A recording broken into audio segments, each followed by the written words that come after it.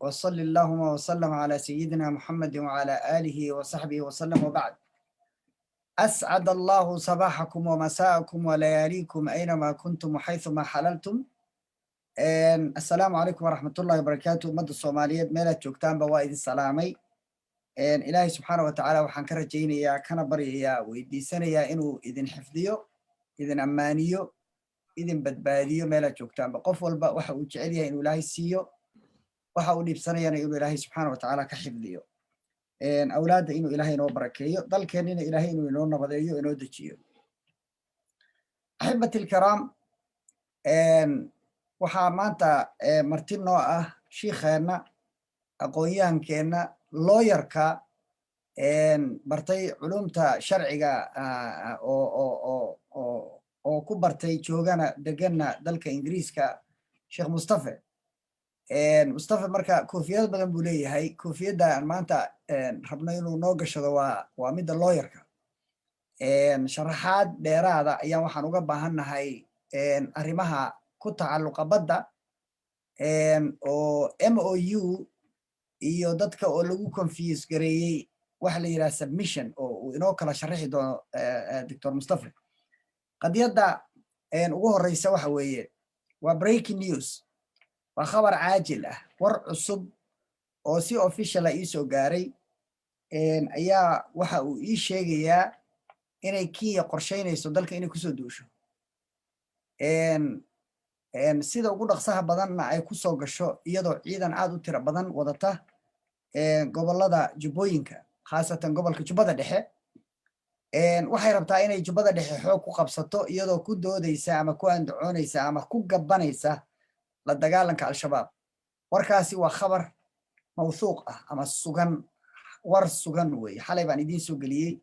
twitterkan xalay geliyey, marka tweetkii baan idiin soo diray oo facebooka soo geliyey. waxaan la sugayey maanta inaan sharaxo arrintaasi. waa breaking news. marka ummadda soomaaliyeed meelaad joogtaanba horta hordada ha laga kaco. Kenya waxay yaqiinsatay oo u muuqata inaysan ku guulaysanayn doodeeda kala dhaxaysa Soomaaliya oo taalla badda ku saabsan badda ee taalla maxkamadda ICJ. sidaa darteed waxay aaminsan tahay inay Soomaaliya ka xoog weyn tahay. waxay kaloo aaminsan tahay hadda ka horba inay xoog ku soo gashay. horay inay u qaadatay gobol dhan oo ka mid a gobollada Soomaaliyeed oo NFD la yiraahdo, jaan weyn oo Soomaaliya ka mid a, ayna la tagtay cidina aanay uga daba tegin oo sidaa ay ku xalaalaysatay. haddana ay ku xijisay inay qayb ka mid a waddanka kusoo gashay xoog iyadoo aan cidna kala tashan. dowladdoo diidaysa, dowladda Soomaaliyeed oo diidan oo leh nala ka saaro ciidanka Kenya, inay xoog kusoo gashay islamarkaasna la qarameeyey oo lagu daray IGAD iyo AMISOM oo ay ku joogto African Union mandate ay ku joogto dalkii iyadoo aan dowladdii aysan rabin oo raalli ka ahayn lagu khasbay. waxay aaminsan tahay haddana haddii ay sidii oo kale yeesho oo de awalba waa yeeli jiray, deerana deera waa hardiyi jirine, maxaa isbedelaya? waxba ayaamaa la qaylqaylinayaa. Soomaali baa buuqbuuqaysa. Soomaali miyadaa iska kii celin karto awood leh? aragtideedu waa saa. horta warkaa ogaada. warkaasi waa khabar sugan. hadda waxaa u qorshaysan inay kusoo gasho jubbada dhexe xoog. Soomaalidu inay isgaarsiisaa la rabaa. warkaas inay isgaarsiiso. waxay isticmaalaysaa frontiyo tiro badan. waa isugu kin xirxiri doonaa. gadaal baan isku xirxiri doonaa aniga iyo looyarka sheekh mustafe baa isu kin qabadsiin doona. laakiin waa duulaan qaawan oo ay rabto inay kusoo gasho dalka intaan la gaarin December, oo ay tahay inay dhacdo muddada iyo mandate-ka AMISOM ay dalka ku joogto, oo ay dhici karto Soomaaliya inay tiraahdo waa ka kaaftoomay, la iima kordhin karo, muddo kale looguma dari karo. tii hadda waxay ku soo aaday doorashadii oo dib loo dhigay. waana waxyaabahay ka shaqaynayeen nimankii diidanaa doorashada. waxaan kaloo ka hadli doonaa arrinta aan sheegay oo MOU-ga ah oo aan sheekh mustafe kusoo dhoweyn doono oon uga hormari doono. laakiin intaanan qadiyaddaa ka bixin, Kenya waxay kaalmaysan doontaa laba qolo. waxaa la kicinayaa dagaal qabiil, waxaa la kicinayaa xasaasiyad qabiil, waxaa la kicinayaa oo aad maqlaysaan oo ku arkaysaan nimanka siyaasiyiinta ah inay dadka u kala saarayaan qabaa'il. waxaa coordination ka wada samaynaya iyagii al-shabaab. waxaad dhegaysateen sheekh xasan daahir oo yiri warqad baan waxaan u dirayaa madaxweynaha mid ka horreysay oo aan kelmad ka sheegayna way jirtay uu lahaa qoladan reer koonfurka ay wax iskama dhicin karaan isagoo farmaajo la hadlaya ma kuwaanoo kalaa mooday aan waxba iska dhicin karin nimankan niman dagaal yaqaan weeye niman nabad yaqaan weeye isagoo sheegaya qoladaas weliba magacooda sheegaya daaroodku waa dad dagaal yaqaan oo nabad yaqaan oo heshiis yaqaan oo weerar yaqaan kuwaanoo kale miyaa mooda waxba iska dhicin karin isagoo markaa rabay inuu dad kale kiciyo oo qabiilkooda ku kiciyo ninkii laftigiisii ayaa haddana wuxuu sameeyey cajalad shalay duubay waad dhegaysateen baan u malaynaya wuxuu leeyahay isagoo farmaajo la hadlaya nimankaana waa nimankii siyaad barre riday nimankiiba xamar jooga isagoo qabiil macnaha magacooda sheegaya nimankiiba xamar jooga dadkaa ma yaraysan kartid ha annagoo ordaynaan ku soo gelaynaa daaqadahan kasoo boodaynaa kuwii oran jiray bal ninkii wadaadka ahaa oo lahaa al-shabaab baan ahay oo qabyaalad ma aaminsani baa qabiil buunbuuninaya marka waa coordination iyo wada shaqayn marka koowaad dowladda waxaan ugu baaqiyaa ninkaa in laga xiro social media ninkaas khatar buu ku yahay soomaalinimada wuxuu khatar ku yahay dowladnimada wuxuu khatar ku yahay caqiidada dadka Soomaaliyeed wuxuu faafiyaa aragtida al-shabaab iyo aragtida qabaliga ah oo uu baryahan dambe shaqo ka dhigtay inuu qabyaalad u muujiyo dadka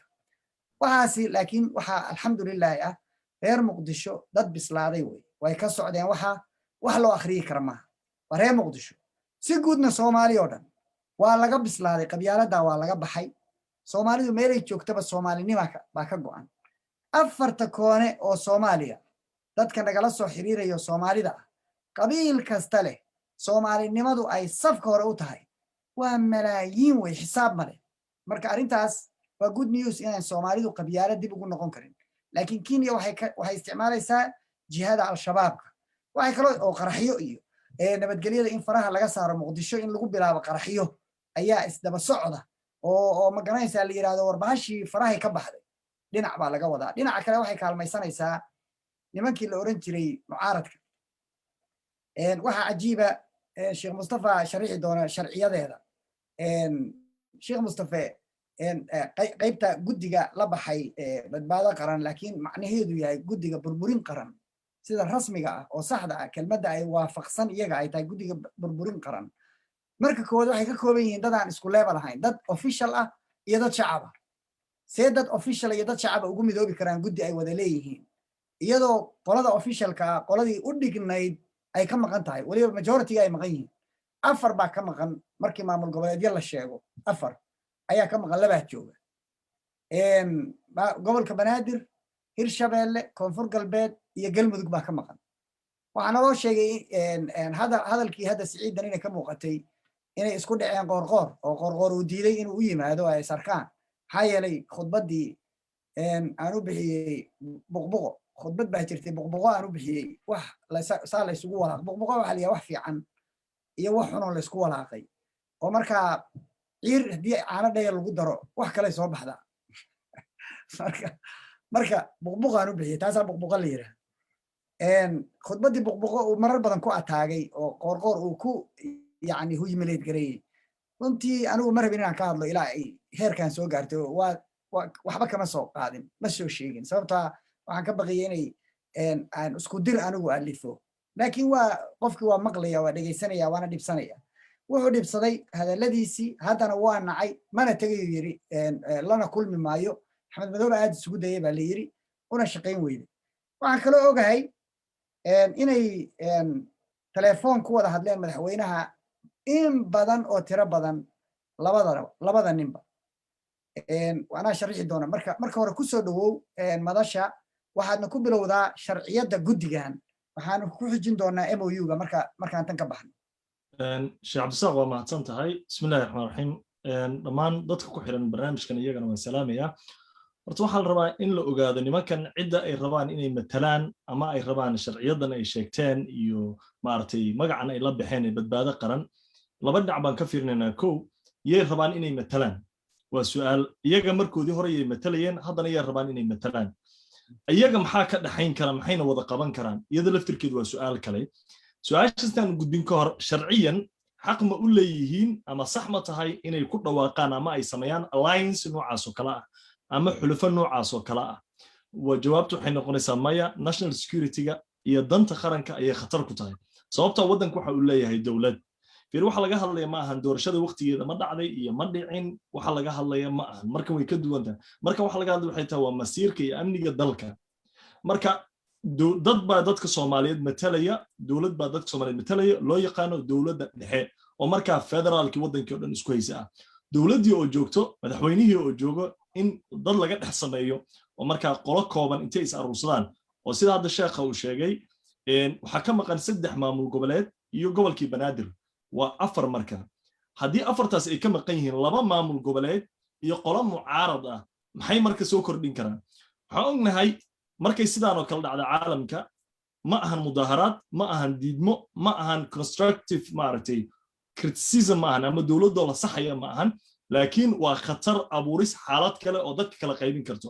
dawlad kasta marka mas'uuliyadda saaran waxay tahay marka khatar noocan oo kala ay timaado inay dalka badbaadiso marka nimankan haddii maanta xitaa talaaba aan la qaadin waxay noqonaysaa wax recordka ama taariikhda u galayo marka waa khalad 100% marka dhinac walba laga eego waxa kale iyadana u baahan horta ma dhixi kartaa ma jiri kartaa waxaan u maleynayaa inay tahay fadeexad siyaasadeed oo mar kale magac loo sameeyay inay tahay waayo hore raggii mucaaradka oo maamul goboleedyada aysan la socon baa ku dhawaaqay magac noocaas oo kala ah oo la baxay badbaado qaran iyo wax la mid ah marka iyadina way socon weysa marka su'aasha imanaysa waxay tahay isla raggii qayb kamid ah raggii magacaas hore sameeyay qayb kamid ah kan ku jiro su'aasha dadka ay rabaan jawaabteeda inay helaan waxay tahay kii hore ma la tirtiray waayo lama sheegin kii hore meeshuu ku dambeeyay in laga tanaasulo la iska daayay in kan lagu daray ma caddo marka waxaad fahmi kartaa waxaas oo dhan ay tahay wax qiiro lagu sameeyay ahayn wax ma aragtay emotional ay tahay wax in loo fakaray si rational ah danta dalka iyo danta guud ummadda iyo maamulada ay matalayaan xitaa dantoodii lagama dhex eegin labada maamul raggan kalena ee maaragtay runtii mas'uuliin waddan ka soo noqday iyaga laftirkooda kamay fiirinin danta guud ee dadka Soomaaliyeed waayo waxa loo wada ordayo waa danta Soomaalida haddii marka dhab loo hadlayo laakiin haddii dan gaar laga hadlayo waxay noqonaysaa maaragtay sida maanta dhacayso kale ay magacyada marba nooc loo bixinayo naam sheekh waxaan kaloo rabay inaan kugu daro ninka la yiraahdo Dani hadalladiisii waxaa ku jiray runtii hadallo dhaawac ku ah midnimada Soomaaliyeed aan u baahanahay inaan ka jawaabo khasab bay igu tahay inaan ka jawaabo wuxuu yiri haddiina la dhageysan waayo waxay noqonaysaa nin walba inuu goofkiisii aado waa macnihi waa qabyaalad oo dadku qabiil u kala baxo anigu reer Puntland baan isla nahay isku goofna ma ahayn haddii hoos loo sii kala baxo waxay noqonaysaa isaguna inuu goofkiisii ka sii aado meesha uu hadda rabo inuu aado oo la yiraahdo Garowe goofkiisii inuu ka sii la qabyaaladu meelna kuma hakato waa basal anjeerada marka xabad qaadid xabad kale ku xigta hadduu Soomaali ka baxo oo uu rabo inuu u go'o Puntland way kala go'aysaa in badan oo kamid ah dawladda rabta oo federalism ka rabta marka waa hadal Puntland laftirkeeda khatar ku ah adduunka oo dhan buu khatar ku yahay waddanka oo dhan baa burburaya waa inaan u noqono guri iyo qabiil iyo magaranaysaa yani wixii laga soo tegay waxaa ka mid ahaa hadallada aan la yaabay Axmed Madooba wuxuu ka hadlayaa doorasho la isku dhajiyo war yaa subxaanallah doorasho la isku dhajiyo ninkii dhalay ninkii dawladdan yarta anaa iskale oo meeshaan rabaan la aadaya ninka laga fujin la yahay war ha lagula tartamo xataa aan ogolayn 3 qof ha la ii soo diro oo anigu aan kala xusho oo midkaan xildhibaan ka dhigay anigu aan doorto wada waa adaaba is doortay 3 nin haddii lagu keeno mid caada qaata ka waayimays mid ku jecel ka waayimays mid kii mucaaradka kugu ahaa waa tuuraysa soo ma arkays marka waa inaan doorso kaasa wuxuu ka 3 madaxweynuu riday isagoo la lagdamay Shariif buu riday isagoo la lagdamay Xasan Sheekh baa dhacay isagoo la lagdamay Farmaajo dhamaaday xilligiisii dhamaaday wuxuuna ka hadlayaa doorasho la isku dhajiyo waa la yaab wax la yaab leh wuxuu yiri anigu halkaanaan imi cid ila soo hadashay cidii maxaa beenta ku wata maalin walba telefoon lagula hadlay si kasta loola hadlay xalana iga go'an inaan dago waxaan la yaabay 30 nin oo qoryo waaweyn watay soo kaxaysteen it's illegal number 1 number 2 khatar bay waxay ku ahayd diyaaradaha ay saarnaayeen inay baasuukahaasi qarxo baasuuku wato Saciidan baasuukahaas hadduu qarxo diyaaradda inta saaran oo dhan waa ku baabi'i lahayd khatarta intaa leeg diyaarad ciidan maaha waa diyaarad shacab diyaaradda la soo saaray askarta iyo BKM-yada accident waa dhici kara waxa kaloo khatar ah markay soo degeen meeshii ka soo degeen askar baa joogta askari aadan heshiis la ahayn oo aadan ka tirsanayn oo qori aad kala hortimaadid waa in dagaal bilowdo khatar bay halkaas national security khatar ku ahay I believe nimankaasi inay ku fiicnaan lahaayeen anigu haddaan dalka haysan lahaa labada nin oo xalana ku jira maanta waa xirnaan lahaayeen meeshooday ku go'doonsanaan lahaayeen ilaa ay doorasho dalka ka dhacdo waddankuna uu ka badbaado musiibada iyo qashinka iyo qalaanqalka ay wada qodobka aad hadda ka hadashay oo ah sharciyadda golaha ay samaysteen waxaan u aqaanaa anigu golayaasha noocaana shimbirayo heesa shirarka noocaana wax mataraha ah waxaan u aqaanaa shimbirayo heesa soomaalida waa ka bislaatay macna uguma fadhiyaan qiimana male iyaga halkaasaan kaga gudbaynaa laakiin inay coordination la samaynayaan Kenya oo ay rabaan inay buuq ka kiciyaan Muqdisho oo markaa dawladnimadii waxyaabaha ku doodaysa Kenya waxa kamid ah dawladii ma jirto doodooday kamid tahay dawladii ma jirto al-shabaab baana la dirirayaa ciidan ka amar qaadanaya marka ma jirto anaa soo galaya al-shabaabkuna khatar bay nagu wada yihiin marka anaa xoog leh anaana weerarayo oo la diriraya iyagu marka inay coordination la sameeyaan oo dawladnimadii sabotage ku sameeyaan oo undermine ay ku sameeyaan ay waxaan jirin ka dhigaan ujeedadooda waa intaas legally saad u sheegtay they could be charged for being threat to the national security iyagu inay khatar ku yihiin nabadgelyada caamka ah in lagu charge garayn karo it's absolutely open waliba waa xilli sensitive waliba waa xilli sensitive qodobka labaad aan rabo inaan u gudbo dadkii waxaa lagu wareeriyey MOU iyo kelmad la hoosgeliyey oo aan la sheegayn oo loo isticmaalayo macnaheedu yahay kelmaddaa loo socdaa tafsiirka la bixinayaa waxaa lagu leeyahay waa sidii mid maalin dhow nin miday oday askari ahoo haddeer woor loo raba inuu noqdo oo madaxweyne baadiyaheeda ka dagaalamo xuud la yiraahdo baa wuxuu yiri ciidamada gorgor ma maqasheen buu yiri gorgor ha gorgor macnaheedu waa fahad buu yiri af carabi weeye buu yiri fahad macnaheedu waa gorgor buu yiri asagaa ku fasiray ciidanka gorgor marka uu nasiib darro waxa in ciidamadii loo bixiyo magac nin fahad macnaheedu waa af carabiga ninkii yaqaan waa haram cadama shabeel midka adigu rabtid ku magaco shabeelka nooca Soomaalida ah shabeelka weyn Soomaaliya ma joogo haram cad baa jooga noocaas fahad la yiraahdo ciyaalka waagaan hayno iskuulka dhigan jirnay baan ku baranay af carabiga fahadun fiilun arnabun asadun halkaasaan ku baranay marka fahad buu wuxuu ku fasirayaa gorgor kuwaanu sidii oo kale waxay ku fasirayaan wax MOU bay leeyihiin afka ka leeyihiin tafsiirka bixinayaana waa submissionka musiibada hadda Soomaaliya badeeda ku dhacday ninka alifay ama santarka u ah oo Umar Cabdirashiid la yiraahdo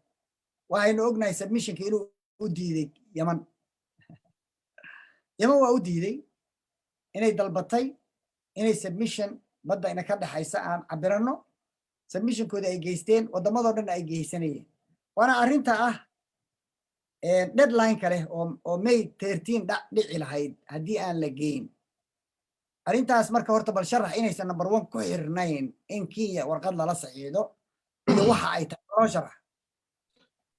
shacab saaq waa mahadsantahay mar kale horta si qurux badan baa u sheegtay adaaba si fiican u sheegay laakiin waxaan rabaa inaan in yar ku daro waxaa jirto wax runtii dadka ay maaragtay si ay u muuqato maana si kale loogu muujinayo af ingiriiskana haddii kelmadda aan si kooban u dhaw waxay ku dhahaan waa manipulation oo ah jahwareerin wax maaragtay la wada og yahay baa sidii ahayeen maahan si kale baa dadka loogu samaynaya waxaan uga dan leeyahay waxaa jira laba kelmadood oo dadka lagu wareeriyey ama laba qaab midna waa MOU oo ah memorandum of understanding-ka heshiis isfaham ah iyo submission marka dadkan siyaasiyiinta ama ragga arrimahan ku lug leh oo ay ka mid yihiin ninka la yiraahdo Professor Ibi Umar Cabdirashiid Ibi oo ah ra'iisul ku-xigeen ahaana wasiirka maaragtay khayraadka badda iyo Cabdiraxmaan Cabshakuur iyo ninka la yiraahdo Umar Cabdirashiid raggaas oo dhan waa ragga maaragtay ku lug leh dawladdii Sheekh Shariif marka waxyaabo waxaa jiro arrin ay qabteen baa jirto tallaabo ay qaadeen laakiin tallaabo qaldan oo ku dhex jirtay baa jirto sharciga caalamiga ah UN clause-ka ama sharciga UN-ka maaragtay qaramada midoobay waxa uu qabaa in dawlad walba 10 sano gudahood ay ku soo samaysay submission marka waxaan rabaa submissionkaas inaan dul istaagno kadibna MOU-ga aan u imaano maxaa keenay MOU-ga ujeedkiisu muxuu ahaa ma dan buu noogu jiray mise dandarra noogu jirtay kama hadlay maanta maxkamadda sida loogu dooday dad badan oo Soomaaliyeed waxaa lagu qalday marka qareennada Soomaalida matalayeen MOU-ga ay ku doodayeen siday u doodeen marka siyaasiyiinta laftigooda qaar baa soo qaatay intaasoo leh waa kuwan waxaa noo marqaati furay ma aragtay qareennadii annagana matalayeen horta qareennada maxay sheegaan iyadana waan dul istaagayna waxaan karno iyadana aan rabnaa inaan fahamno dad baa waxay daliil u soo qaadeenayeen shacabdiyow waxaa dhahay nimankaas waa intaa loo dhisaa qareenkii Soomaalida xeeralaalihii guud baa dhahay hebel baa dhahay marka nin baa maalin doodeen wuxuu yidhi niyahow Axmed Cali Daahir baa saas dhahay buu yidhi marka waxay la mid tahay iyadoo sheekh caan uu soo qaatay magaciisa Soomaalida wuxuu dhahay sheekh hebel oo mas'alad u dhahay laga hor yimid marka waxaan ku yidhi niyow sheekh walba iyo qof walba mas'aladiis waa laga hor imaan karaa macnaheedu ma in laga aqoon badan yahay macnaheedu ma inuu isaga jaahil yahay laakiin qof kasta waxa uu xaq u leeyahay inuu su'aal iska weydiiyo waxa dantiisa ama danta dalkiisa ah su'aasha marka aan isweydiinayno waxay tahay war horta submissionkan muxuu yahay yaana la raabay yayna tahay in loo gudbiyo submissionka waxaan amraya ma aragtay UN clause-ka article-kiisa afraad article 4 sharciga clause-ka ama UN clause-ka waa United Nations Convention of Law of Sea waa sharciga qaramada midoobay ee badaha yaa loo gudbinayaa submissionka wuxuu yahay waan soo sheegi doonaa insha Allah submissionka waxaa loo gudbinayaa CLCS waa guddiga qaabilsan xuduudeynta badda ayaga ahayd in loo gudbiyo muxuu yahay marka waxa la gudbinayo waxaana laga rabay waxay ahayd inaan gudbisano 150 oo ma aragtay beyond 200 keena oo dadka waa 200 ka shisho kadib soomaaliga ma sha Allah waa beyond ma aragtay 200 keena EEZ-ka aan leenahay marka waxa ay tahay submissionkaasna laga rabay ee dhacaya waxay ahayd in aan gudbino dawlad walbana 10 sano loo qabtay waxa nala mid ahayd Kenya oo hadda maxkamadda asla aan 10 years gudahood waxa ay inay submissionkeeda 150ka 200 ma ahan 12 nautical mile kana ma ahan waxaana laga rabay in aan gudbino 150ga extended ka ah ama beyond 200 kana ayay ahayd maxaa gudbinayna marka waxaana laga rabay in aan gudbino scientifically inaan soo cadeyno dhulka maartay meesha aan ku darsan qaybta aan ku darsanayna aan soo cadeyno si cilmiyaysan aan soo gudbino documenti noocaas laga rabay Soomaaliya iyo dawlad walba dawladaha dhan baa laga rabay waana 10 years wuxuu ku ekaa marka aan ka soo gudbaa xilligu ku ekaa iyo xilliga lagu dara iyo si kooban hadaa aan dhaho 2009 May 2009 buu deadline ka ahaa xilligaasna waxaa joogtay dawladii Sheekh Shariif waxaan rabaa dadka Soomaaliyeed intaas inaan wax yar haddana ugu hakiyo saad maqlaysaan ama aad ogtihiin dacwadan waxay ku saabsan tahay hadda Kenya maxkamadda taal overlap dul saarasho maxaa dhacay 2005 waa ka hor 2009 Kenya waxay samaysay overlap bay samaysay waxay dul saarasho ku samaysay badda Soomaaliya overlap waa dul saarasho waa 2005 xilliga submissionkan deadline-kiisu ahaa inaan documentiga laga rabay beyond 200 keena 150ka nautical mile ka dheeraadka ah intaan la gaarin kor the high sea ka hor waxaana laga rabay 150 gudbinta aan gudbinaynay ma waxa qasab ahayd inaan consent haysano inaan ogolaasho ka haysano Kenya ama dawladaha nagu dhagan ee waxay nagala dhaxeeyaan ama xuduudda badda nagala dhaxaysa ma qasab ahayd qof kasto oo Soomaali waxa raba su'aasha inuu dul istaago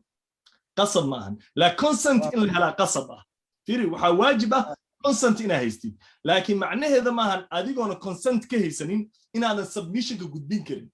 si kala daayay ku dhig waxa la mid tahay qof assignment ama 10 course laga rabay jaamacadda course-kiisa inuu soo diro laga rabay waxa laga rabaa inaad course-ka soo dirto waqtiga uu ka dhacay hadaadan soo dirin waa sax waxa ay submission in la sameeyo laakiin waxa khalad ahayd in MOU la saxiixo memorandum of understanding in Kenya la saxiixo tusaale halkaas aan dhex galo aan ku xogaa bayaaniyo Yaman saasoo kale way gudbisatay submissionke Yemen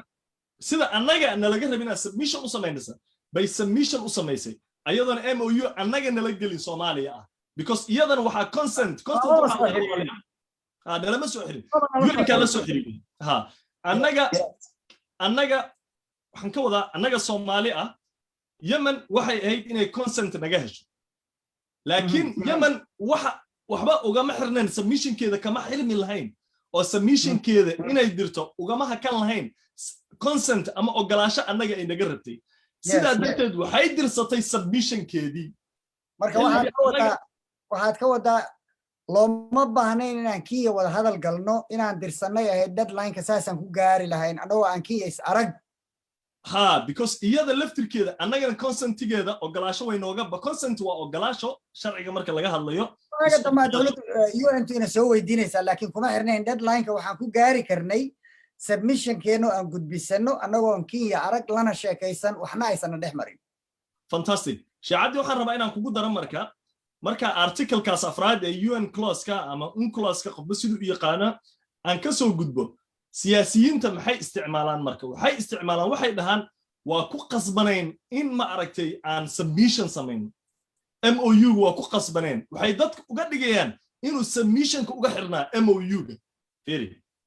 MOU-ga maxaa ku qornaa iyo ayadana waa arrin kale maxaa maanta ku badbaaday maxaana anfacay naam sheekh content-iguna waa arrin kale sax ku soco may wad wali iyo wad marka siyaasiyiinta waxay isticmaalaan kelmad ah badeenna ayay ku xirnayd fiiri uma baahno because 250geena xaq baan u leenahay ayadana ogama xirna annaga ahayd inaan dirsanno annaga haddaan dirsanno UN-ka mar walba soo weydiin lahaa oo dhihi lahaa Soomaali sida Yemenba loo soo weydiiyey Soomaaliya ayaa soo dirsatay ee soo dalbatay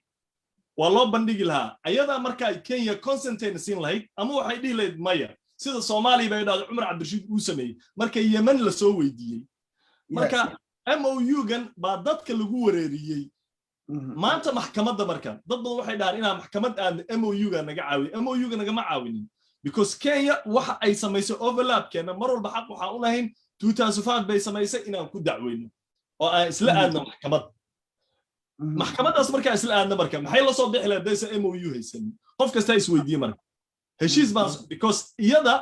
MOU-gu muxuu ka caawiyay meeshaasaan rabaa Sheekh Cabdirasaaq oo inaan dadka fahamsiiyo waxaa jiro recommendation ay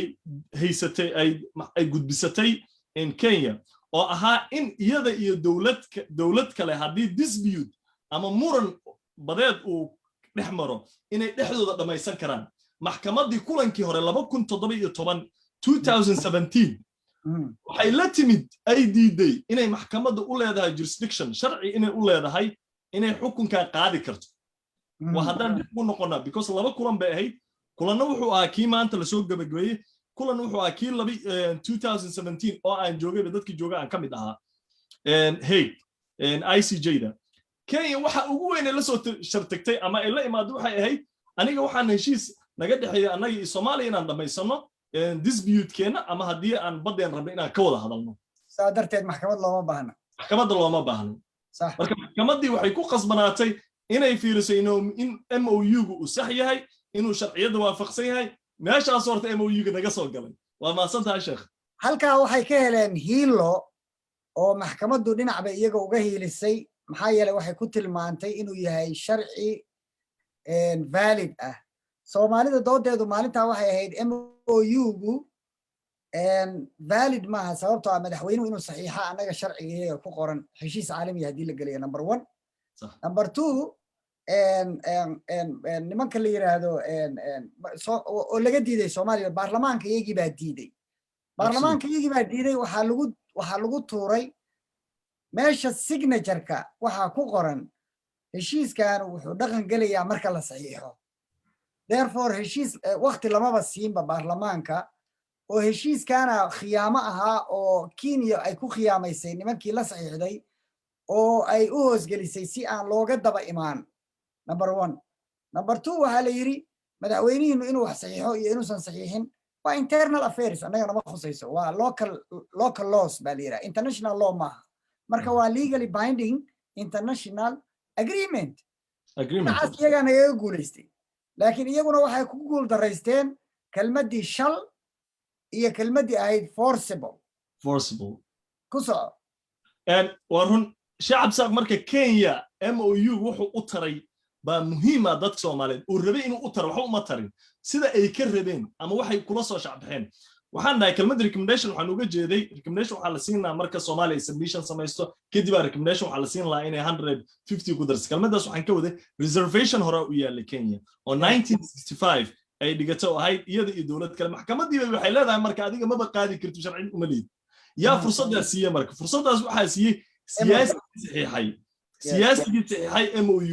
MOU يا دياري adiga wax badan baa ku ogtaa laftiga shacab bisaaqo maartay baryahan aad adoo wax badan fahamsanaaba baryaha waxa noqotay sharciyaqaan maartay dhinaca sharciga caalamiga ma sha Allah aad baan u sheekaysanaa marka reservation kaas bay waxay u noqotay proof ahaan bay maxkamadda ula imaaday marka waan joogay dad badan oo Soomaalina way daawanayeen maalinta hadii ka war maalinta uu hirgeli lahaa maartay MOU gaas heerkii la rabo u gaarsiisanaan lahaa khatar badan bay ku ahaan lahayd danta يا مارتي خرنك الصوماليات با مركا وإن دتكو أيجا أي باران ما عن مركا إن لده إن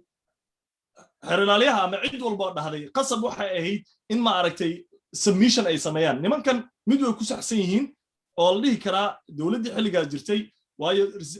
حكو إكا 2009 كوكو إكا معناه ذو حيتاي from 1999 إلى يوم 2000 1999 deadline wuxuu ka bilaabanayay waa 13 May 1999 deadline kan wuxuu ahaa 13 May 2009 marka Soomaali mar waxay ku qasbanayd inay submission dirto صح cid walba submission dirtay way ku saxsanay laakiin ma lagu saxsanaa in MOU ga la saxiixo ma taasaan rabaa inaan kala fahmo cid walba oo dhahday nimanka way ku saxsanaayeen inay submission ka diraan shaqo qaran bay qabteen hoosh loo dirsaday qabsay way ku amaanayeen laakiin maxay qaladkay sameeyeen waxay aniga ma dhahayo aniga ma xukminayno ma dhahayno ma aragtay khiyaano qaran bay galeen hadda ma dhahayno laakiin talaabada ay qaadeen waa dambi qaran waa khalad ay galeen waa khalad la galay waana dambi weyn because waa halis in ma aragtay badda intaas laag dhulka dadka qaar waxay leeyihiin dhulku yar yahay waa in yar bay dhahayaan inta yar ma wax la isku waa khayraadka ku jiro ma sha Allah هذا اللي جوجويه بعترو حسن شيخ أي كم معي يعني ضد صحنا ما هذا الكاسي هذا الولية هاي بدأ إنه كل سديد بقول أو كلوي كيلومتر أو سكوير لنا عنا وبقول يكونتن سكوير كيلومترز لكن هذا الكترين وحوي وحولي هل مترو كم إذا ما أقول حتى هذا هل متر تهاي عندنا وما أقول ما أنا قاعد كرو ما هو كترين يوم ربعين إنه يدعي ذيان taas waa iska arrimaha social media hadalka la goosto oo la kala jarjaro waxaan rabaa inaan ku celiyo mar labaad badda Sheikh Mustafa sida noo muuqata shalay Kenya waa lagu baashaaray looyaradeenu ayaar iyo game bay ka dhigteen waxay u muujiyeen how immature they are inaysan diyaarsanayn doodooduna ay kulligeed jaban tahay waxyaabaha lagu baabashayna waxa kamid ahaa sharciga ay dhaheen parallel oo shalay aan sharaxay oo ay kula heshiiyeen latitude parallel lane la latitude-ka oo ay Tanzania kula heshiiyeen ujeedaday kala hayeen waxay ahayd inay annaga nagu qanciyaan sababtuna waxa weeye waad ogtahay Sheikh Mustafa 150ka waxa ku jira block 4 iyo block 5 toddoba ceel baa la hubaa toddoba ceel ayaa la hubaa in gaasku oil ku jiro waliba mid kamida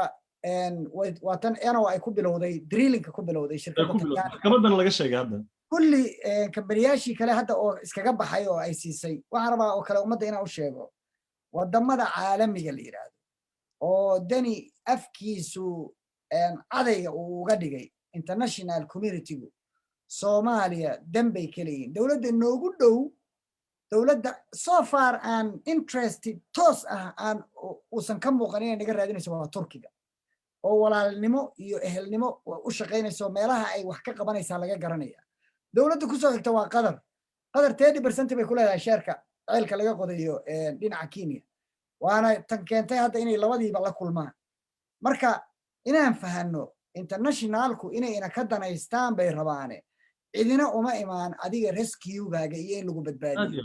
James Iswaana shaqo u joogaa shaqadiisu inay sii socoto rabaa waxa jira oo qurbaha aan ku baranay wax la job security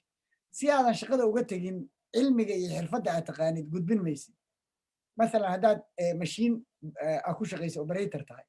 mashiinka haddii nin inta lagu keeno lagu yiraahdo tababar ninkaan mashiinka bar macnaheedu waxa weeye waa soconaysaa haaf baa la baraa marka xoog looma baro waa damiin baa la yidhaahdaa imtixaanka lagu ridaa kaa waa la eriyaa mid kalaa la keenaa 5 iyo 6 goortay ku dhaafta waaga dambe iyagaa ku cayrinayo iyagaa tababaranaya laakiin as a job security ma sii daynaysid ninkaan cilmigoo dhan beri maysa haaf baa baraysaa intaa inuu kuu baahnaada rabtaa war hebel oo lagu yeero aad tiraahda hawaa ka leexda balduuh inaad tiraahid balduuh sheekada la yidhaahdo waa sheeko faniyo oday aaminsanaa naagtu inaysan ninka ka aqoon badnaan wuxuu yidhi naagtu hadday buu yidhi naagtaydu intay wax meel ka hesho hadday idhihi weyda buu yidhi aadanow waxa kanu muxuu yahay oo aanan dhihin buu yidhi balduuh oo markay tusta aanan dhihin waa waxaas naf male buu yidhi reerkaas dhaqnaan mayo marka wuxuu rabaa job security bay u tahay amisom job security bay u tahay igad job security bay u tahay intaa waxaa u dheer inay duulaan ku yihiin laakiin qadiyadda hadda khatarta ah oo aan raba analysis inaa ku samaysa waxa weye Kenya waxay go'aansatay inay xoog ku soo gasho dalka nimankaana coordination bay la samaynaysaa hadalladooda ay hadda ku hadlayaan ay beesha caalamka soo gasho beesha caalamka ururka igad iyo amisom ay leeyihiin maxaa kaaga baxay horta Sheikh Cabdisaaqow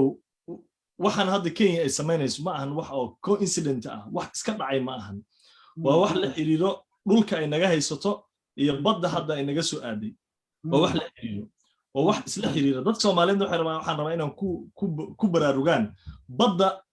dad badan waxaad moodaa markay hadlayaan qiimo badan aysan la lahayn laakiin waxaan rabnaa inaan ogaano walaalayaal dhulka adduunka dhanba 72% waa biyo 72% waa biyo macnaheedu waxay tahay dhulka waa muhiim wali waxa ogaatay ya sheekh 2/3 ha absolutely aad marka waxa ogaanaysaa 50 sano ilaa 60 sano u dambeeyay doodaha badda la isku haysto adduunka waxa ay ka noqotay dooda ugu badan hadda fiirsa cases badan baa jiro maxkamadda la isla aaday ka soo bilow Peru iyo Chile ka soo bilow Latin America isla dhinaca kale haddaad fi Mediterranean haddaad fiiriso Lebanon Israel way is haystaan Lebanon iyo way is haystaan Syria way isku dhagan yihiin adduunka dhan sidaas la isku dhagan yahay macnaheedu waxay tahay meeshan khayraad baa yaal ha noqoto petrolkii ha noqoto kalluunka ku jiro kalluunku nala fudud yahay Philippines iyo China nacam sheekh what Philippines iyo China way isku dhagan yihiin China intaas oo wadana ku dhagan awooday u sheegatay iyadoo xitaa laga xukumay oo maaragtay diiday xitaa inay imaado ma aqoonsanitiri ba still Philippines maaragtay dib ka haystaa badoodii inay ka kalluumaystaan marka dadka Soomaaliyeed waa inay ogaadaan waxaan maamul goboleedyada iyo dadka shirarka qabana iyo waxaan meelaha ururdi aad arkaysaan wax ka weyn baa naga dhumay macna nooma sameynayaan ilaan dhulkeeni hadii duulaan lagu yahay baddi duulaan lagu yahay maxaa rabtaa inaad uga tagto ilmaha Soomaaliyeed maxaa adiga naftaada uga tagaysaa ilaan adiga waxaad qiimo ku leedahay inaad ku nooshahay dhul khayraadkiisu badbaadeen dadkiisu qiimo ku leeyahay marka qofka Soomaaliga waa in uu baaraa war nimankan maanta oo dhan waxaad arkaysaa qof Soomaaliyeed oo ku doodaya waliba qof markaan leeyahay qof madax oo mas'uuliyad hay ama gobol ha ka haya ama tuulaha ka haya ama hore u soo qabto qof miisaan leh oo la ka waran annaga ma heshin kamaalweed baa waxaan soo qoray waxaan iri qoraal yar oo sameeyay waxa ku jirtay imagine waxaad qiyaastaa maskaxdaada intaad furto si islaamnimada Soomaalinimada qof walba Soomaaliyeed annaga isku afbaana hadda wad fahmaysaa aniga adiga isku luqada haddaad dhahdo ka war isma fahmayno mid labadeena aan nagu luqad ahayn baan rabaa inuu na heshiisiyo na wada hadal siiyo macnaheedu annaga waan wada hadli weynay qof naga luqad duwan ayaan rabnaa inuu na wada hadal siiyo maxaa meesha ka garan kartaa marka waa wixii laga faani jiray waagi hore laanno nimanka international community ay raggan Dani Axmed Madowi u yeerayaan iyo raggan kale siyaasiyiinta ah waa rag luqado kale ku hadlay inagii luqada dadkii madaxdii isku luqad ay ku hadleen bay waxay dadku sheegayeen inay isfahmi waayeen fiiri macquul ma ahan waana ceeb marka waxa ogaataan walaalayaal marka annaga dhinaca iskaga dhagannahay Soomaali kala dhinac uga dhagantahay siyaasadda dalka si kala fudud haddaan u dhigo dhinaca doorashada iyo waxa socdo dhan ilaa waxaan oo dhan waa wax isku xiriiro hadiiba farmaajo maamul goboleedyadii doorashada isku waafaqi waayeen ama madaxweynaha Soomaaliya iyo maamul goboleedyada isku waafaqi waayeen ama isku afgaran waayeen doorashadii yaa la rabay inay soo dhex galaan waxaa la rabay inay soo dhex galaan madaxdii hore dalka inay ama cid dadka hadda rabay inay siyaasadda madaxtinimada isku sharxaan iyagaa la rabay inay soo dhex galaan marka hore aysan si ku dhex milqin waxaan ay isku dhex rafan ay bannaanka istaagaan ay yidhaahdaan annagaa idin wada hadalsinayno maamul goboleedyada iyo dowladda dhexe ilan idinkaa ka mudan dadka kale u yeeraysaan dadkan ma waxba ma idin caawiyaan ma ciidamadiyaa lagaa caawiyaa ma ammaankiyaa lagaa caawiyaa ma dhaqaalihiyaa lagaa caawiyaa mise maanta o dhan adaa lagu heshiisiyaa waa fadeexa kaloo ceeb ah raggii la rabay inay tallaabada noocaas qaadaan baa waxay la safteen maamul goboleedyadii goormay la safteen waxaa laga yaabaa inaad dhahdo waa markii la dhaafay xilligii doorashada waa maya haddaad dib u raacdo hadalladoodii sanad kadib ama maalmo kadib markii dowladda hadda jirta la doortay ama madaxweynaha hadda jirta la doortay isla markii waxaa bilaabatay mucaarado iyo diidmo meelay u socoto cid qiyaasi karta aysan jirin maxaa kaaga soo baxaya marka dalkan in lugaha lagu dhegan yahay maalintay rabto inay laba nambar ku hagaagaan in maaragtay la rabo in la furfuro marka qof walba oo Soomaaliyeed waxaa mudan inuu indhaha furo caqliga isticmaalo waxaan idhaahdaa kelmad igu soo maaxdaa jirto maaragtay ilaahay igu soo riday ayad ma xadiisna ma ahan reference kalena ma lahan laakiin ay igu soo dhacday waxay ahayd maada maalin la bartay macna ma samayso haddaan maankal la shiilin maada aad maalin baratay qofka macno uma samaynayso hadduusan maskaxda isticmaalin oo caqliga uusan isticmaalin meesha uu fiirinaya meel ka weyn uusan fiirinin naam sheekh hadduusan caqli lahayn absolutely ila waxaad baratay macno kuma waa yidhahdaan education makes wise little bit wiser a bit wiser qofka caqliga leh bay xoogaa caqliga u kordhisaa waxay dhaheen and fool qofka foolkaana waxay dhaheen more dangerous bay ka dhigtaa aqoonta waxaan rabaa qadiyadda hadda lala qayliyey oo meelo badan dadka la kicinayo waxyaabaha dadka lagu kicinayo waxaa ka mid a qabyaalad waxaa ka mid a oo qabyaalad aad loo isticmaalay waxaa ka mid a hadalka lagu celcelinayo oo ah international community-ga oo ah dib ha la ii qabsado maxmiyad aan dib ugu noqdo iyo gumaysi warrinkaana waa ninkii gumaystaha ahaa wiilkiisii walaalkiis weeye waa isagii waa ninkii saancaddaha ay soomaalidu u taqaanay saancaddaha oo ninka khariban ahaa oo mushkilada ahaa oo balaayada ahaa waa qodobka labaad qodobka saddexaad waxaa la maalgelinayaa oo ay dhuxusha ka wada ganacsadaan KDF iyo al-shabaab waxaa lagu maalgelinayaa inay kiciso buuq iyo qaylo iyo hoog iyo ba ay ka kiciso dalka gudihiisa su-aasha la yaab kale waxay tahay deni iyo axmed madoobe waxay u yimaadeen inay warqad saxiixaan warqaddiina waa hor taallaa may intay saxiixaan noqdaan 3 diyaaradood bay soo qaateen diyaaraddiiba 60,000 baa ku baxday $180,000 buu ku bixiyey diyaaraddii keliya deni 30-40 askari buu soo kaxaystay inta yaroo wuxuu soo kaxaystay shacab oo isaga la socoto wasiirre iyo dadkiisii ah waxay isugu yimaadeen xataa meesha ay hadda ku shirayaan oo ay ku magacaabeen hoos waxaa ugu qoran waxaa maamulaysa Kenya baa maamulaysa waxa la yaab leh maxaan ku yiraahdaa dadkii Puntland joogana gaajo u baqtiyeen waxyaabaha lagu kicinaya dadka waxaa ka mid ah reer Puntland kelmaddan marar badanna waan iri haddana waan oranayaa waa been dowladda federaalka ah baa idin burburinaysa waa been number 1 number 2 khayraadkii iyo qaybtii nagu aadanayd baana loo diiday waa been isaga keligiisa 8 milyan iyo 500,000 intuu qaatay akoon ku shubtay way kaga xaniban tahay keligiisa qaatay oo COVID-19 loo siiyey oo dowladdu xataa waa ogtahay xataa ma ay qabsano ma dacweyn soo ma arkaysa idinkaana iska lahaa ninka idiin sheegaya waa ninka lacagtiina qaadanaya xoolihiin ninkii ku maqan yihiin maaha kan waa xamar jooga maaha markii laga soo qaaday baa meel kale la geystay waana sababta kaliftay inuusan dhihi karin afkiisa kama dhihi karo kelmadda isagu idinkaa la idiin dhiibaa projectyadii baa lanoo diiday oo nala ka kaxeeyey qodobka saddexaad oo hadda ay ku soo dareen waxa weeye dowladda federaalka ah oo farmaajo dadka reer Puntland xilalkii ay hayeen bay ka qaaday oo saami qaybsigii waa ku dulmannahay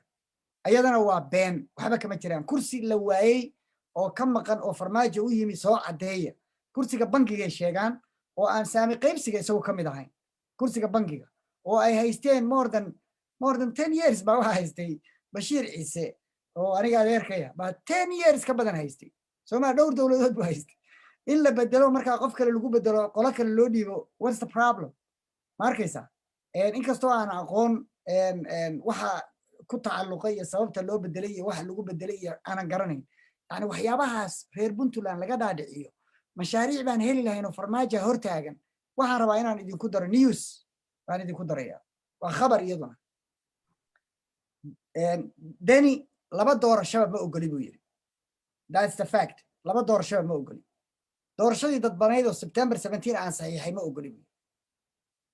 waa khabarka hadda ugu dambeeyay oo si official ay soo gaaray waxaa ku diiday hadii la yiri wuxuu yiri waxaan u diidanahay most likely farmaajo ku soo baxay hadda waa isaga keensanaya xildhibaanada kuwii uu keensanayay isagu buusan aamin ku qabin oo le farmaajo iga raacayaan maxaa yeelay dadkii shacabka ahaa oo dhan baa hurdadii ka kacay Soomaalinima muuqata in ruqadii hashi ruqada ahayd oo caatada ahayd oo muddada baaluhu cunayeen ay istaagtay baa muuqato ay soo kacayso oo ruqaansatay oo ay rabtay inay kacdo qodobkaas waa qodobka koowaad ma ogola doorashadii September 17 ay saxiixeen iyo heshiiskii ay baydhabo ku galeen inay saxiixaan ma ogola Deni isagii Axmed Madoobe halkaa waa ku kala duwan yihiin Sheekh Mustafa Axmed Madoobe wuxuu rabaa in doorashada la aqbalo laakiin la lug jiido ilaa August 8 la gaaro August 8 waa xilligii isaga deadline-kii loo qabtay la rabay inuu doorasho qabto isagu taasuu rabaa inuu isku aadiyo laga gudbo laga dulboodo mandate baan haystaa marka uu ku doodo qodobkaa qabso Deni wuxuu kaloo uusan ogolayn doorasho qof iyo cod la aadayaa baa la yiri haddaa diiday tii dadbaneyd ayadana ma ogoli buu yiri maxaa ku diiday baa la yiri farmaajo ku soo baxayo maxaa talaa marka haddii mid dadbanna uu isagu ku soo baxayo midii tooska ahaydna uu isagu ku soo baxayo maxay tahay consequence-ga ka dhalanaya waxaan rabaa odayaasha reer Puntland inay dhageystaan iyo aqoon-yahankooda wuxuu yiri farmaajo 6 bilood buu igaga saaraya waddanka hadduu mandate 4 sano ah helo 6 bilood uu Puntland igaga qabanaya ninka fulaynimada intaa la eg ay ku jirto ka baqaya oo baasuukaha u soo qaatay meeshu hadda degan yahay 100 mitir miya mise 200 mitir ciidan waran la yiraahdaa degan 5 minutes bay hubka kaga dhigi karaan askartan ay kaga kaxaysan karaan isagana ay ku qaban karaan oo ku xiri karaan amniga iyo amaanka dawladda iska leh ninkaas cid waxa loo baahan yahay guarantee u qaada oo tiraada farmaajo anaga ka mas'uul I know inuu farmaajo ku kalsoon yahay boqor Burhaan Islaan Ciise odayaasha Garaad Saleebaan dadka Soomaalida ah odayaashooda reer Puntland inay isaga damaanad ka qaadaan uu ku kalsoon yahay una aqbalaya Deni ha u keeneen oo ha yiraahdeen anaga ku ka keenayna oo aqbalaad ka inuusan ku cayrsanayn oo ka saareen Puntland-tada aad joogaysid Puntland waa ninkii ugu horeeyay fulaya oo qabsada Puntland iyo dawladda federaalka lagdin baa weligeed ka dhaxayn jirtay laakiin nin leh waa cararaya iyo waa la cayrsanaya iyo waa baqaya iyo meesha la igu soo dhacay kana noogu horeeya marka odayaasha waxaan leeyahay war ninkan waxa tiraadaan annaga ku ballan qaadnay lagu taaban maayo oo ku difaacaynaa siida doorashada oo ka hor leh labadooda halkaas isku khilaafsan arrintaasna waa news analysis-keeda adaa iska leh shacab saqo maasanta horta waxaan rabaa kelmad cajiib ah ka dhawaajiso ah dadka waxaa la rabaa in lagu kiciyo arrin qabiil oo qabyaalad baa baashi laga dhigaya waxaan rabaa taariikhda waxbaa laga bartaa taariikhda iskama qorma haddaad fiiriso qur'aanka in badan waxaa lagu soo ilaahay uu ku soo qaatay qisas macnaheedu waxay tahay sheeko inta la seekaa sheeke aad iska dhigaysto iska baxda maahan laakiin cibaraa ku jirta wax ku qaadashaa ku jirta si la mid ah taariikhda annaga aan soo marnay iyo maaragtay wixii dhacay waxbaa laga baranaya waxaan rabnaa inaan su'aal isweydiino burburkii dowladdii militariga ahayd dadka maxaa lagu kiciyey dadka kiciyey hadafkooda muxuu ahaa maxay badiilay wadeen ani kama hadlayo way saxsanayd way khaldanayd iyo khaladiyuu galay iyo madaxweynihii xilligaa joogay waxaasoo dhan kama hadlayo fiiri labay kala tahay in nidaam la waayo system la waayo iyo in qof uu baxo labay kala tahay anu shakhsi kama hadlay nidaamkii isku keen hayay ilan dawladnimada annaga dhexdeena waan ku kala badbaadaynaa adduunkana wuu nooga badbaadaya annagana waan uga badbaadaynaa waxna looga cabsaday noqonaysaa marka waa jaakad aan uga hugsanno maaragtay dhibaatada waa jaakad aan uga hugsanno dhibaatada marka waxaan rabaa su'aasha inaan isweydiino walaalayaal cid walba maanta rabta qabiil inay nagu kiciso waxaan ognahay dawladdii hore in waxa la isticmaalay toonka ama codka dhawaaqa shacabka lagu kiciyay dadka lagu kiciyay inay ahayd qabiil baa lagu kiciyay haddii qabiil lagu bixiyo fiiri way kala duwan tahay in aragti dadka lagu kiciyo laho waxani ma rabno sidan bay dhibaato noogu tahay qaranka dan uguma jirto dhibaato ku haya haddii qofka sidaa lagu bixiyo way ka duwan tahay marka qabiil lagu bixiyo ilaa qabiil marka lagu bixiyo dadka wanbaa waxay rabaa inay dadka kale dhan ku takrifalaan in la isku xadgudbaa la diyaarinaya hadhow qabiilka laftirkiisa isdagaalaya dhexdooda bay dhibaatada ka dhex dhalanaysaa wayna dhacday sheekh cabdirasaaq markii dowladda ay baxday xamar dhexdeeda muqdisho dhexdeeda waan joogaa baa waxay dhacday qabiiladii deganaa inay isdilaan 4 bilood baa dagaal socday 4 bilood dagaalkii 4 biloodna la waxaan ka hadlay ma wax sheeko opinion ma aragti ma aan waxaan ka hadlay waxaan laga doodi karno xaqiiqo taariikh way 4 bilood baa dagaal socday 4taas bilood meeqa dhimatay meeqa lagu dhibaatay haddii codka uusan ahaan lahayn cod qabiil dowladda lagu bixinayo aragti bulsho haday ahaan lahayd iyo bedel ka wanaagsan oo dadka loo wado waxaan aaminsanahay inay sidaa dhaami lahayd waxaa kaloo rabaa inaan fahmo dadka xilligaas waday marka ee dadka horbooday ee codka ama qaylada qabiilka ku kicinayay ee dowladda rabay inay meesha uga saaraan maxay wadeen wax ay wadeen malaha oo qorshe ah balambi ma jirin balambi oo dhan ma jirin wax qorshe ma wadin hadda si la mid ah haddii codka maalmahan oo dhan yeeray haddaad maqasho ama aad fiirsato fiiri waa in qalbigaaga u fiyowaadaa waa inaad caafimaad qabtaa markaad wax qiimaynayso soomaalnimo aad ku qiimayso islaamnimo aad ku bilowdo soomaalnimo aad ku xijiso markaad wax qiimaynayso codka iyo dhawaaqa hadda la rabay in nidaamka hadda jira ama dowladda hadda jirto rabay in lagu bedelo muxuu yahay waa qaylo qabiil waa sabaaxan qabiil dadka hadda rabay inay bedelaan kulligood inay meel fari haddaad fiiriso kulligood waxay rabaan inay madaxtooyada galaan meeqa qof baa madaxtooyada geli karto kulligood madaxtooyada mooda geli karaan 7 hadday yihiin 7dooda madaxtooyada mooda geli karaan 7 madaxweyne hadda maamul goboleedyada tabar u laadaan 7 madaxweyne madaxtooyada mooda geli karaan waxaan kaloo ku weydiiyey dad kulligood wada musharaxiin ah firi hal aragti way qaadan karaan laakiin kulligood inay hal xisbi ama hal meel ku midoobaan hal qofna ay ka soo wada horjeestaan aragti nuucay ku tusaysaa waxa la yaab leh dadka hadda midoobay oo yiri waa midownay horay u midoobi jireen duqsiyo urur ahaan buji mahmaha bay ahay wax macnaa ay soo kordhiyeen male odayga cabdi xaashiyo aan isleeyahay wuu khafiifay gabay buu hadaaya tiriyey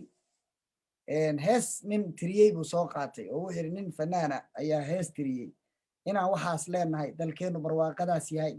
buu wuxuu ku soo gunaanaday wax degaanka keenna ah dabka looga shidaya faragelinta dibadda ah aan looga daynayn inay tahay daraadood waxaas aan haysano oo kalluun iyo barwaaqo iyo xoolo inay miyaynaan dareemayn buu yiri wuxuu ka hadlayaa faragelin shisheeye inuu abwaankaanu ka dagaalamayo wuxuuna rabaa inuu u daliishado isagu inuu u yeeranayo faragelin shisheeye bal adigu ii sheeg ifahamsii odaygu inuu khalaf yahay hadda ka hor baan sheegay anu waxyaaba badan aan sheego waa la arkaa wuxuu yiri waxaan rabaa inaan dalka badbaadiyo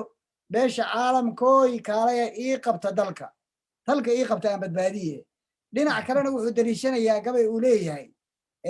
wiilkii gabayga tiriyey wuxuu ka doodaya oo ka dagaalamayaa war dab baa dibadda laygaga soo shidayaa oo dabku dibaddu ka imaanaya oo ajnabi baa wada qofka marka يعني dadka raba inuu wax u sheego waxyaabaha qaarkood waxaan la yaabaa hadalku wuu ka soo fakadaa iyagu ka soo dhacaa hadal aysan rabin ba hadaaya dani wuxuu yiri waxba qarin maayo dani inuu wax qariyaba yaa ku yaqaan asaga wax qarin yaqaan wuxuu qarin karaa ninka fulayga wax ma qariyo absolutely ninka geesiga baa sir hayn kara hataa haday isaga ka soo horjeedo ninka ragga oo geesiga baa sir hayn kara madaxweynuhu wuxuu kaga adkaaday iyagoo dhan bullo ha iska takhdo weligaa maqli maysa isagoo hadlaya juuq uma dhaho bullo ha iska takhdo iyadoo ha iska qayliso buuqooda ha wadeen isagu yani dowladdii buu manage garaynayaa dadku mushaharkoodii bay qaataan businesskii is as usual dowladnimadii waa socotaa international communityguna wuxuu og yahay this guy knows how to play the chess haddaa gameka ninka kula ciyaaraya aad taqaanid inuu laacib yahay waa iska ilaalinaysaa khaladaadka iska ilaalinaysaa inaa ku dhacay nimankii waagii hore dhihi jiray intay farta saa ugu fiiqaan iyagoo saf ku jira wasiir arrimo dibadeed oo Mareykanka ma aragtay sawirka John Kerry oo Xasan Sheikh iyo tiimkiisii oo dhan maamul goboleedyadii maca ra'iisul wasaarihii maca wasiirka arrimaha dibadda ku isagu la fiilka ah waa fadhiya intii ka sarreysay oo dhanna waa fadhiya buu farta saa ugu fiiqay leeyahay haddaa wax maqli weydaan saasuu leeyahay sawirkaas meel walba ku jira waxaa jawaabtoodu ay tahay bullo ha iska takhdo anigu I don't have anything else to say to these guys shirkan hadda ay qabanayaan it's only coordination with Kenya balbala la rabaa in la kiciyo laakiin alxamdulillah badbaadadu waxay tahay Soomaaliya dadka jooga ama dibad ha joogeen ama dalka ha joogeen qabyaaladii way ka bislaadeen waxarihii quruuruxii waa barteen daasad yaroo quruuruxa jirto inta afka laga jabiyo quruurux lagu guro baa la ruuxaa waxaraha marka la guurayo baadiyaha mataqaanid baa u malaya Sheekh Mustafa baadiyaha marka la guurayo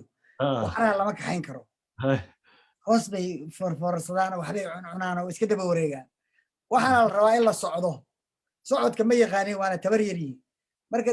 koomba inta lagu shubo quruurux baa la ruuxaa oo lagu tuuraa markaasay cararaan koombada marka cabaar lagu wado marka dambe aakhirka ugu dambaysa way la qabsadaan kamana didaan kamana cararaan marka waxaa leeyahay waa xariiq quruuxii waa barteen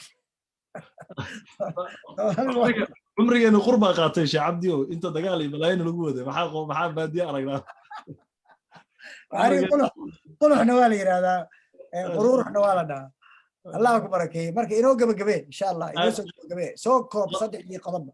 ها لما أرهم بالربا إن نكوسو كوبا تكواد وحيتادك سوماليد إن أي بشاريستان مركي لقاها الله أرين تبدأ وحيكون بشاريستان يان سوماليا وها أي مركي هوري ربتي ama ay maxkamadaba keensatay wax sharci ah oo ah in wax loogu xukumo UN clause-ka sharciga maartay badda qodobadiisa article XV qodobadiisa 15aad qodobka 15aad ee rabtay in TS-ka ama territorial sea-ga loogu dabaqo ama loogu xukumo oo sida caalamka wax loogu xukumana iyo qodobka 87 iyo 83 oo ay rabtay EEZ-ka iyo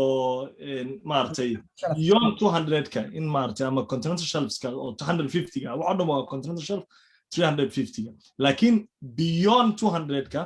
kulligood waxay rabtaa wax loogu xukumo waxay dadka Soomaaliyeed ku bishaaraysanayaan marka hadda dooda qareenadeena waxay ahayd in maartay 3-step process ka maartay loo maro waxna loogu xukumo waana sida sharciga saxda ah waayo anaga mar waxaan rabnaa equitable in maartay wax loogu xukumo si maartay cadaalad ah baarna in wax loogu xukumo wax cadaalad ka baxsan ma rabno equitable distance ayaan rabnaa in wax loogu xukumo taas way cadahay waana runtii rajo aad u weyn 100% waxaana cadeynaya in Kenya oo markii hore imaaday maxkamadii qoraalkeedii soo gudbistay dacwadeedii iyadoo qoraal soo gudbistay iyadoo hadal ah ama oral ah prestationkeedii dhibatay haddana markii dambe diiday dabcan waxa laga yaabaa qareenadoodii dad aqoon laha ah inay fahmeen in kiiskan meel gaaraynin inay ku diideen waxaas oo dhan baa waxay keenaysaa in runtii ay maartay Soomaaliya fursado badan hesho marka waa taas waa wax farxad waxaan kaloo rabaa inaan idiin sheego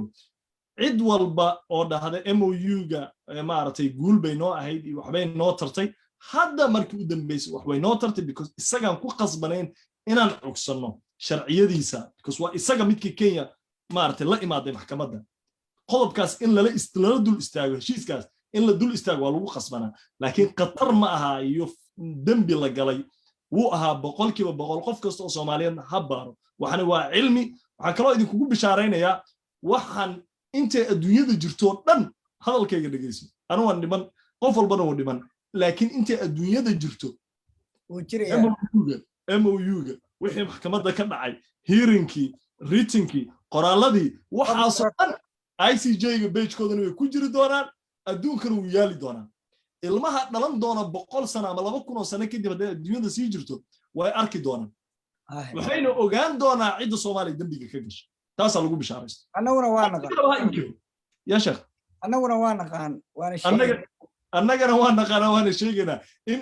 MOU-ga iyo maartay submission-ka aan la isku dhex qaldin Soomaaliya uma baahneen xilligaas inay qasab kuma naguma ahayn in MOU Kenya aan la saxiixano qof kasto ku dhaana waa been qofka cadeen iyo document sharci la imaadana hala imaado illa ma heli karaba واسيد القرآن إلهي سبحانه وتعالى مركوين لا إمادة باركتي آيات لا إمادة هذا القرآن ها مرخاتي أشي ذلك يا صدى هذا نعم آديات سورة لميدا ما آيات لميدا لا إمادة لما كيني كرو ما لغو كيني كرو مجرتو in MOU iyo submission-ka isku xirnaan macnaheedu waxay tahay submission-ka gudbinta oo loo diray CS-ka submission-kaas loo dirayay qofka dhaho waxaan u baahnayn inaan MOU ama heshiis la saxiixano Kenya si submission-kaas aan u dirno qofka dhahay baan buu sheegay waana khalad waa khalad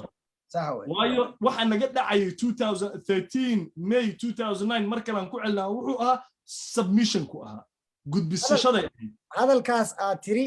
waxaa ku dooday Cabdiraxmaan Ibi horta waxaan ilaaway inaan laba magac kala saxo shalay markaan hadlayay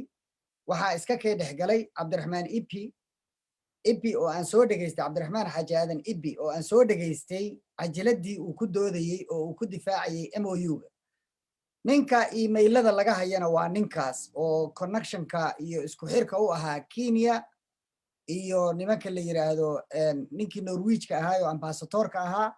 iyo Soomaaliya u kala xirxirayay waana ninka hadda ku difaacay anaga u wakiilanay Cabdiraxmaan Abshakuur anigaana ahaa wasiirkii khayraadka badda anigay ahayd inaan saxiixo oo ku doodaya ninkaas waa Cabdiraxmaan Ibi waa dambiile difaacaya wax khaldan ninka khariban oo khatarta ah oo aan shalay u dan lahaa oo wasiirka arrimaha dibadda laga dhigay markii horena ahaan jiray Bangaariga waa Cabdisalaan Hadliye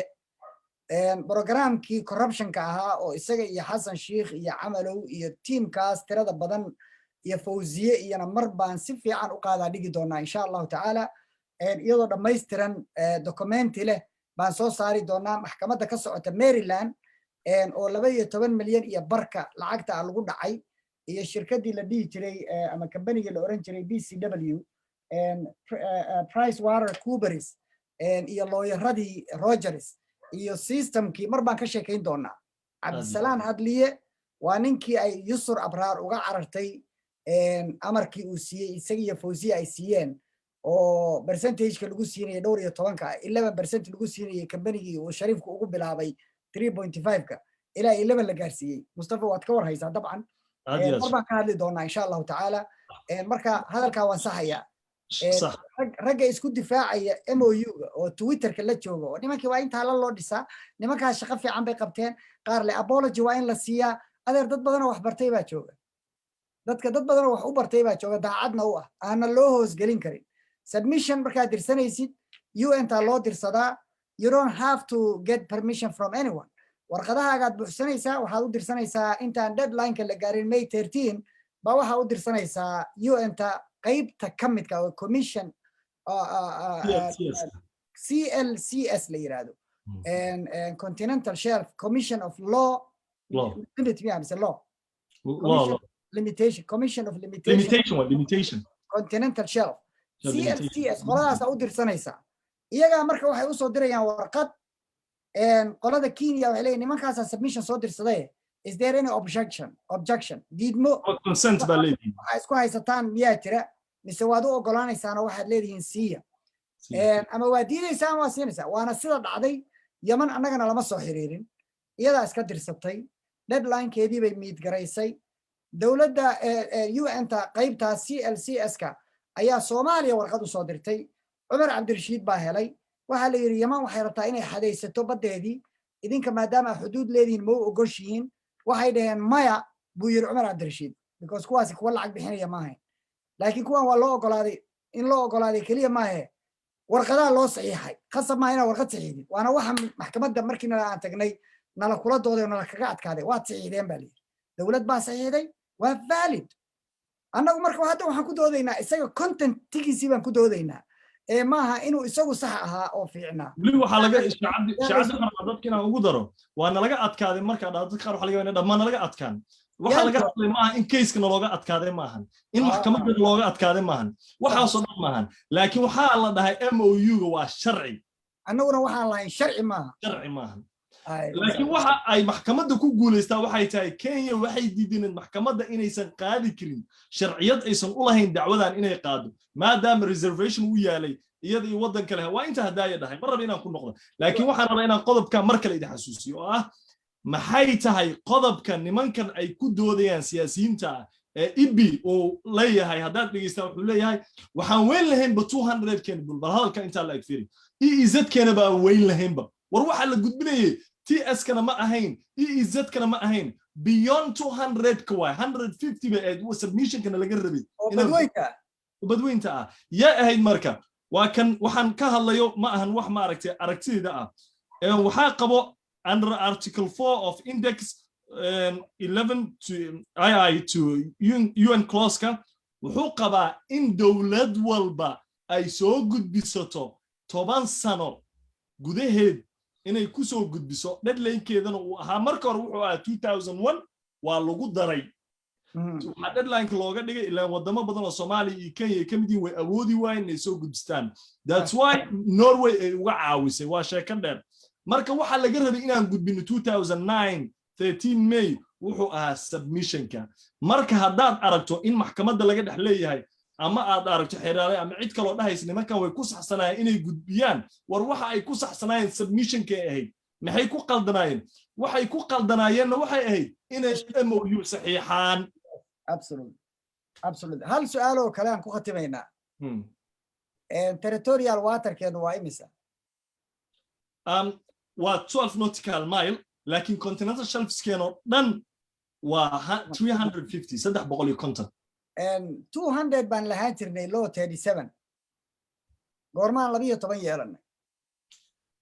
waa su'aal fiican waaye war dadku waxay isku khaldaan waxaa jira sharciyo badan oo u baahan dadka in aad loo baaro heshiis annaga aan galnaa jirto oo aan qayb ka ahayn oo aan diidi karin annaga waxa noo qoran iyo sharciga caalamiga waa inuu iswaafaqaa 1982 UN clause-ka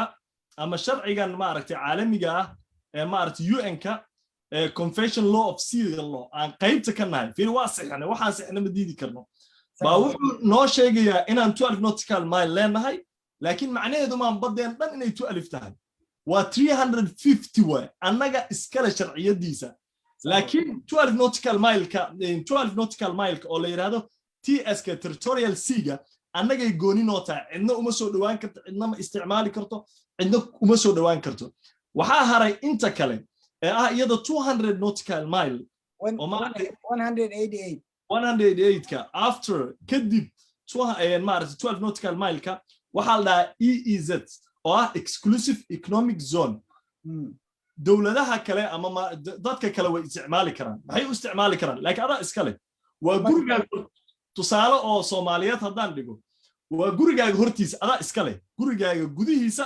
cidna ma soo geli karto cidna ma mari karto laakiin gurigaaga hortiisa ilaa dariiqa weyn laga gaarayo gurigaaga hortiisa adaa iska leh dadka maxay samayn karaan way mari karaan dadka ha marin ma dhihi kartid way istaagi karaan way ku nasan karaan laakiin ma dhisan karaan kuma soo xadgudbi karaan wax khalada ma dhihi karaan adaa iska leh wax kala ma bixi karaan waxna kala ma bixi karaan marka 12 nautical mile kadib EEZ-ka waxaa la samayn karaa wax la dhaho innocent passage bay ku leeyihiin maraakiibta mari karto diyaaradda kor martaa diyaaradihi dul mari karo waa la isticmaali karaa labada kaliya weeye iyo inaad license siisid haddii lagu xadgudbo maxaa qabanaya sharcigaagaa qabanaya sharcigaagu ku jiraa waa jurisdictionkaagu hoose marka waxaa kaloo rabaa inaan national lawgaagu hoose imaanaya waxaan rabaa inaan ogaano iyadana marka 200 kaas kadib waxaa jiro 150 oo midka hadda submissionka laga rabo maanta dhan aan ku celcelinayno dadka Soomaaliyeed waxaan ka codsanayaa fadlan war aan baarno waxani waa cilmi aan u baahannahay waa danta badeena dalkeena dantiisa ku jirto waayo dhaqaalaheena oo dhan baa meeshaas ku jiro haddaad dhegeysaada lawyerka u dambeeyay Ingiriiska hadal cajiib uu ku jawaabay wuxuu dadka Soomaaliyeed waa dad colaado iyo dhibaatooyin waxaan ka hadlay waxaan ka fiirsan kartaa page-ka ICJ ula noqon waxa aniga shacabdi caawa dhan idin sheegaynay waa wax tixraac leh oo reference leh hebel baa dhahay hebel hadalkiisa ku qancay iska daa cidnaha ku qancin adiga wax baar wax dhageyso kadib conclusion gaar adduunyada saasay u shaqeysaa macnaha cilmiga lagu sheegay waa intaas adiga wax baar wuxuu leeyahay Soomaaliya waa dal colaado iyo dhibaato iyo abaaro iyo faqri diladay rajada ugu weyn maanta ay leeyihiin waa baddaas haddii laga dhaco laga boobo gaajo u baqtiyay anoo saaray nin islaameed lawyer nabatay ha noqon laakiin isaga fahmay adiga ma fahmi weyn intaas uma baahni bina ciyaar wadada islaam hoos maraysan hadda dalkeena qabyaalad baa ina haysa aniga in adeerkay baa ordaya marka ninkaa dadka isugu dhownahay baa hadda keiska meesha ninka ugu gacmo madow waa ninka aniga dadka igu xiga siyaasiyiintii keiskaas galay waa cumar cabdirashiid isagaa ugu gacmo madow runtii ninka ugu khariban oo actioniskiisoo dhan aan la difaaci karin waa isaga oo ugu liita xasan shiikhna wuxuu ku fiican yahay oo shaxshaxa ku yahay inuu cumar cabdirashiid dib u soo celiyey mar labaad isagoo kenya raalli gelinayo ay heshiis ku yihiin marka dad baa waxay ku leeyahay xasan shiikh waa hero cumar cabdirashiid maxaa loogu baahday mar labaad in la keeno qabyo ninkeedaa dhammaystira waa naqaan anagu waa fahmaynaa laakiin dadka shacabka ah si kalaa wax loogu sheegaa isagii iyo hadliyahe oo laga soo saaray bankigii intuu ku cewoobay baa la dalacsiiyo waxa la geeyey wasiirka arrimaha dibadda su isagu u saxiixo oo uu dadka uga xigsado aan loo ogaan arrintan aan dad badani u ogaan weliba sheekh cabdi dadku waxaa ugu dartaa soomaaliyeed ee na daawanaya ku xiran runtii bejkan barakaysan anin bejka barakaysan baan u aqaanaa mogta